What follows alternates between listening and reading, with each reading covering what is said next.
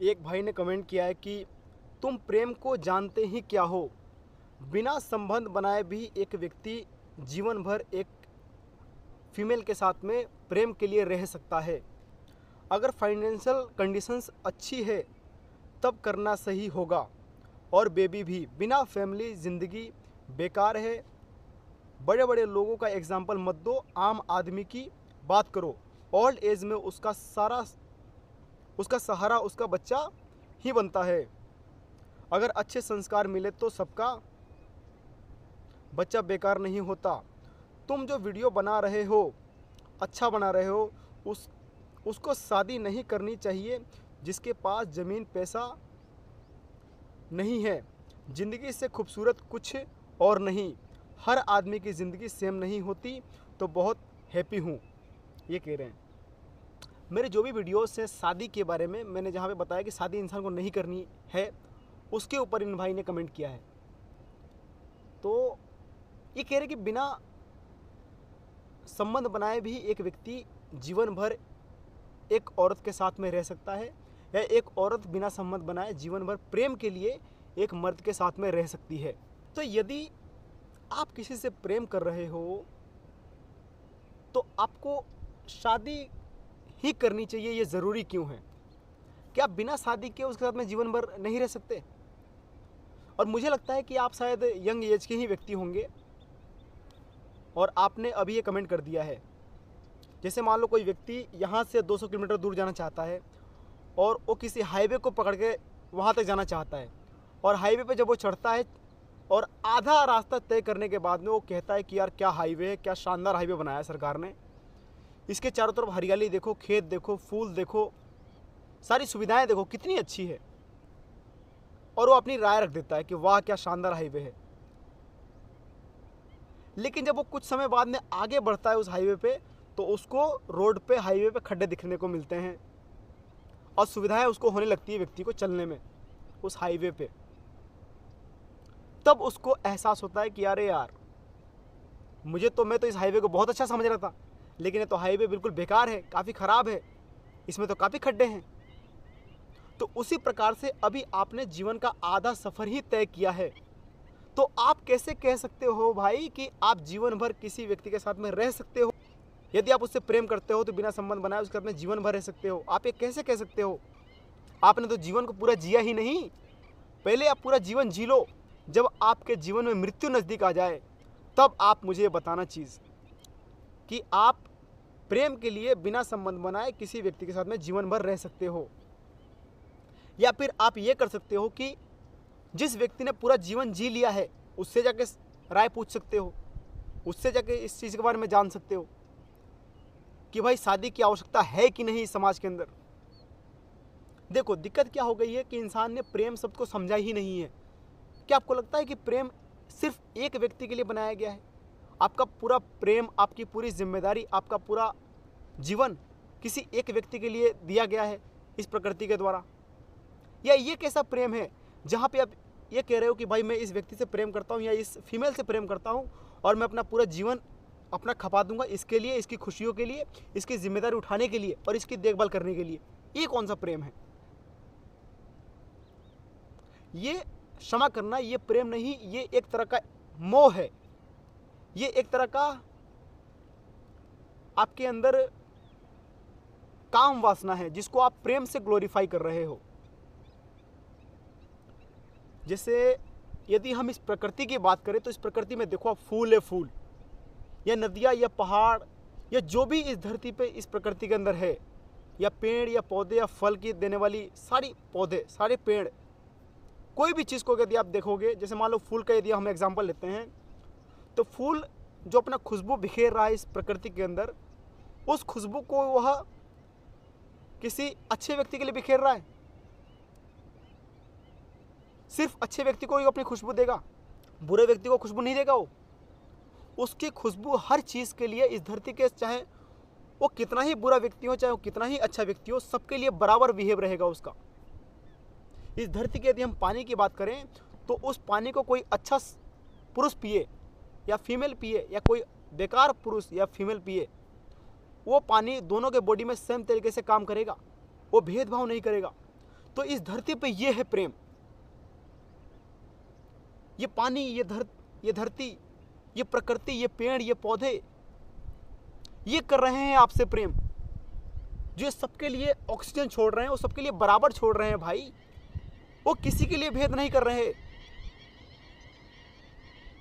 फूल जो खुशबू छोड़ रहा है, खुशबू इस प्रकृति के अंदर बिखेर रहा है, वो सबके लिए बराबर छोड़ रहा है भाई। वो किसी में भेद नहीं कर रहा कि अरे रे ये तो बहुत बेकार आदमी है, ये तो बहुत चोर है, या भ्रष्टाचारी, या बलात्कारी है, या धूर्त व्यक्ति है, तो मैं इसको खुशबू नहीं दूंगा भाई, मैं तो सिर्फ एक अच्छे व्यक्ति को ही खुशबू दूंगा। तो इस धरती पे प्रकृति ने हमको प्रेम से सराबोर कर दिया है। ये होता है प्रेम। लेकिन आपने प्रेम की अवधारणा क्या बना दी कि मैं इसका ज़िंदगी भर ख्याल रखूंगा, मैं इसकी जिम्मेदारी उठाऊंगा, मैं इसकी केयर करूंगा और इसको ज़िंदगी भर देखभाल करूंगा, इसको ज़िंदगी भर अपने साथ बांध करके रखूंगा कि देख मैं तुझसे प्रेम करता हूं, इसीलिए तू मेरी जिम्मेदारी है। तू आ जा, तेरे को एक धागे में बांध दूँ, एक बंधन में बांध दूँ, शादी के एक जंजीर में तेरे को बांध दूँ, शादी के जंजीर में, जिम्मेदारी के नाम पे, प्रेम के नाम पर। तो मुझे नहीं लगता भाई कि इंसान को आज के समय में शादी करने की कोई भी आवश्यकता है। यदि आप किसी को प्रेम करते हो तो आप उसको आज़ाद कर दो भाई। आज़ादी है प्रेम, बंधन प्रेम नहीं है। ये जो पूरा समाज ने आपके दिमाग में एक चीज़ भर दी है, बिलीफ्स भर दी हैं आपके दिमाग के अंदर, शादी को जिम्मेदारी के नाम पर ग्लोरीफाई कर दिया है, प्रेम के नाम पे ग्लोरीफाई कर दिया है कि नहीं शादी करना तो बहुत ज़रूरी है। जो व्यक्ति शादी करता है, जो व्यक्ति बच्चे पैदा करता है, वो बड़ा जिम्मेदार व्यक्ति है, वो बड़ा सभ्य व्यक्ति है, वो बड़ा सभ्य नागरिक है। और जो व्यक्ति शादी नहीं कर रहा, जो व्यक्ति जिम्मेदारी नहीं उठा रहा, जो व्यक्ति बच्चे पैदा नहीं कर रहा, और ये तो डरपोक है, ये तो कायर है। इस समाज ने आपको घेर लिया है भाई चारों तरफ से। इस जाल के माध्यम से, इस जाल को आपको तोड़ने की और काटने की आवश्यकता है भाई। आप कब काट पाओगे इस जाल को? जब आप पढ़ लोगे, जब आप थोड़ा सा विज्ञान जानोगे, जब आप थोड़ा साइंस जानोगे, जब आप टेक्नोलॉजी जानोगे, और जब आप पूरी दुनिया में देखोगे जा करके, या फ़ोन के माध्यम से देखोगे कि पूरी दुनिया में क्या हो रहा है, विकसित राष्ट्रों में क्या हो रहा है, वहाँ के लोग किस प्रकार से जीवन जी रहे हैं, तो आपको प्रेम को थोड़ा सा समझने की आवश्यकता है। प्रेम एक छोटी चीज़ नहीं है, प्रेम एक बहुत बड़ी चीज़ है भाई। प्रेम सिर्फ इसलिए नहीं बनाया गया कि आप एक व्यक्ति से प्रेम करो, या सिर्फ अपने बच्चे से ही प्रेम करो, वो बच्चा, वो परिवार ही आपकी दुनिया है। प्रेम सिर्फ इतनी सी चीज़ के लिए नहीं बनाया गया है। प्रेम तो पूरी प्रकृति के लिए बनाया गया है भाई, और बनाया भी नहीं गया, ये प्रेम अपने आप ही है। भाई ने आगे बोला है कि बिना फैमिली ज़िंदगी बेकार है।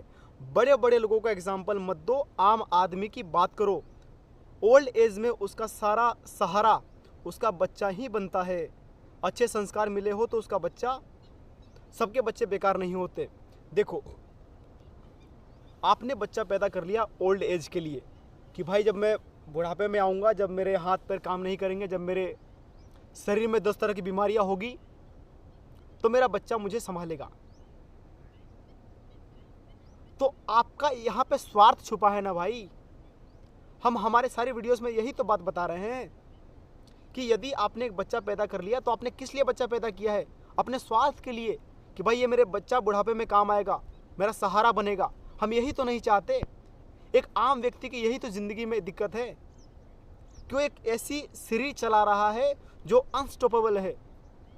आपने बच्चा पैदा कर लिया, आप एक गरीब व्यक्ति थे, आप एक आम व्यक्ति थे, आप एक मिडिल क्लास व्यक्ति थे, आपने बच्चा पैदा कर लिया काहे के लिए? कि भाई बुढ़ापे में सहारा बनेगा, मेरी देखभाल करेगा, मेरी जो भी तकलीफ़ें होगी उसमें मेरे साथ में कंधे से कंधा मिला के चलेगा।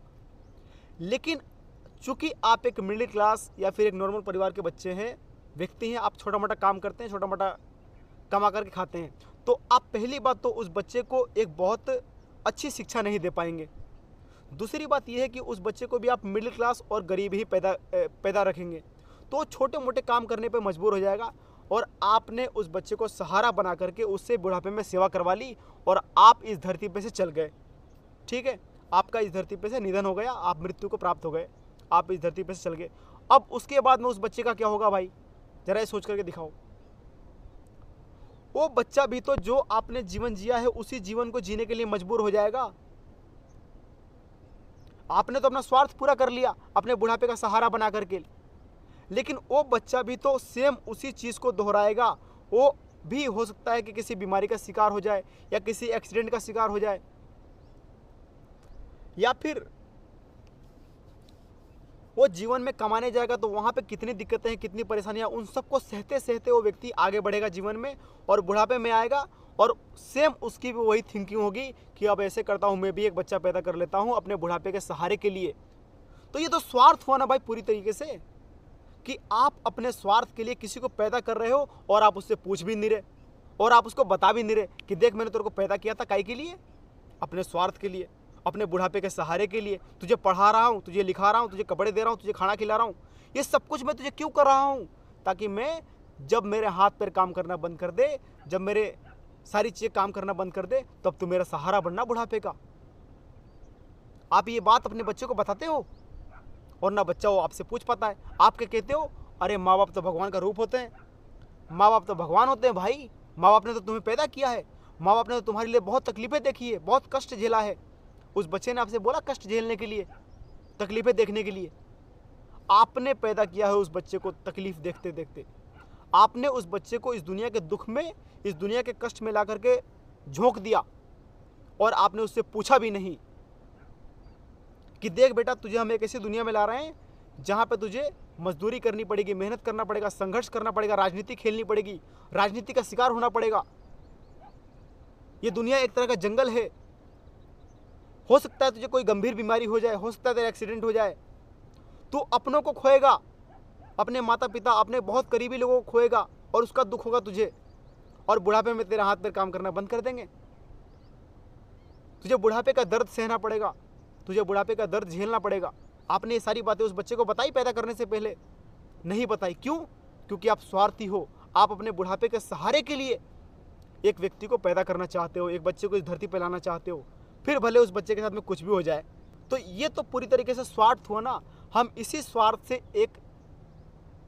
स्वार्थ से इंसान को उभारना चाहते हैं। इसी को कहा जाता है एंटीनेटलिज्म, जहां हम उस बच्चे के बारे में सोचते हैं कि हमें उस बच्चे को क्यों लाना इस धरती पे, हम इस धरती पे आ गए, हमसे किसी ने नहीं पूछा, तो हम सेम वही चीज़ क्यों दोहराए भाई? हम क्यों लाए इस धरती पे एक बच्चे को अपने स्वार्थ के लिए, ताकि एक बच्चा हमारा बुढ़ापे का सहारा बने? अरे हमको नहीं चाहिए ऐसा सहारा भाई, हमको नहीं चाहिए, मुझे नहीं है आवश्यकता ऐसे सहारे की। जिस दिन मेरे हाथ पैर काम करना बंद कर देंगे, जिस दिन मैं बूढ़ा हो जाऊंगा और मुझे लगेगा कि मैं अपने काम स्वयं नहीं कर सकता, मैं उस दिन अपना देह त्याग दूंगा भाई, अपना शरीर त्याग दूंगा। या मुझे इस धरती पे कुछ भी आकांक्षा है, मुझे इस धरती पे कुछ बहुत बड़ा काम करना है या बहुत बड़ा नाम करना है, तो मैं वो अपना नाम खुद करूंगा ना। एक बच्चे को पैदा करके उसके दिमाग में ठूंस दूं कि देख बेटा मैं एक प्लेयर नहीं बन पाया फुटबॉल का, या मैं एक क्रिकेटर नहीं बन पाया, या मैं एक डांसर नहीं बन पाया, या मैं एक बहुत बड़ा बिजनेसमैन नहीं बन पाया, तो ऐसे करता हूँ, मैंने तुझे पैदा किया है और तुझे सारा ज्ञान तेरे दिमाग में भरता हूँ, अब तू मुझे बन करके दिखा, तू मुझे बन करके दिखा, क्रिकेटर या सिंगर या डांसर या एक बिजनेसमैन। जो चीज़ मैं ना कर पाया उसको तू कर और तू मेरा नाम कर दुनिया के अंदर। तो इंसान नाम का और शोहरत का, दौलत का बहुत भूखा है और वो इसीलिए सारी चीज़ें दोहराता है। तो मैं उस स्वार्थ से इंसान को बचाना चाहता हूँ, उस स्वार्थ से उपहारना चाहता हूँ कि यदि तुम्हें नाम करना है तो तुम खुद कर लो ना भाई, तुम खुद मेहनत करो, खुद संघर्ष करो, और तुम्हारा नाम होता है तो अच्छी बात है, नहीं होता तो कोई बात नहीं। क्या कर लोगे नाम करके भी? क्या लेके जा पाओगे कुछ इस धरती पे से? जब तुम्हारे निकट मृत्यु आएगी तो तुम्हारे मन में ये नहीं चलेगा कि तुमने कितना नाम कमाया, तुमने कितना दौलत कमाई, तुमने कितनी शोहरत कमाई।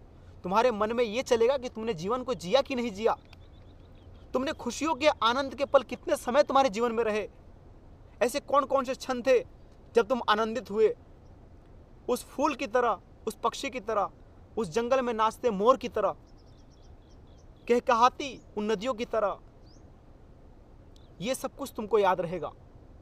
तो मुझे नहीं लगता कि अपने स्वार्थ के लिए इंसान को एक धरती पे एक बच्चे को जन्म देना चाहिए और प्रेम के नाम पर एक औरत को या एक औरत को मर्द को, दोनों को भी एक जंजीर में, शादी के जंजीर में बांधना चाहिए। आपके इस टॉपिक पे क्या विचार है, आप हमें कमेंट कर सकते हैं। और आप यदि एंटीनेटलिज्म के बारे में और जानना चाहते हैं या हमको विवाह क्यों नहीं करना है, तो इसके लिए मैंने काफ़ी सारे वीडियोस बना दिए और उन सभी वीडियोस के अंदर मैंने ये चीज़ बताई है कि हमको इस धरती पे एक बच्चे को क्यों जन्म नहीं देना चाहिए या हमें शादी क्यों नहीं करनी चाहिए। तो हमारे सारे वीडियोस को आप एक्सप्लोर कर सकते हैं, देख सकते हैं।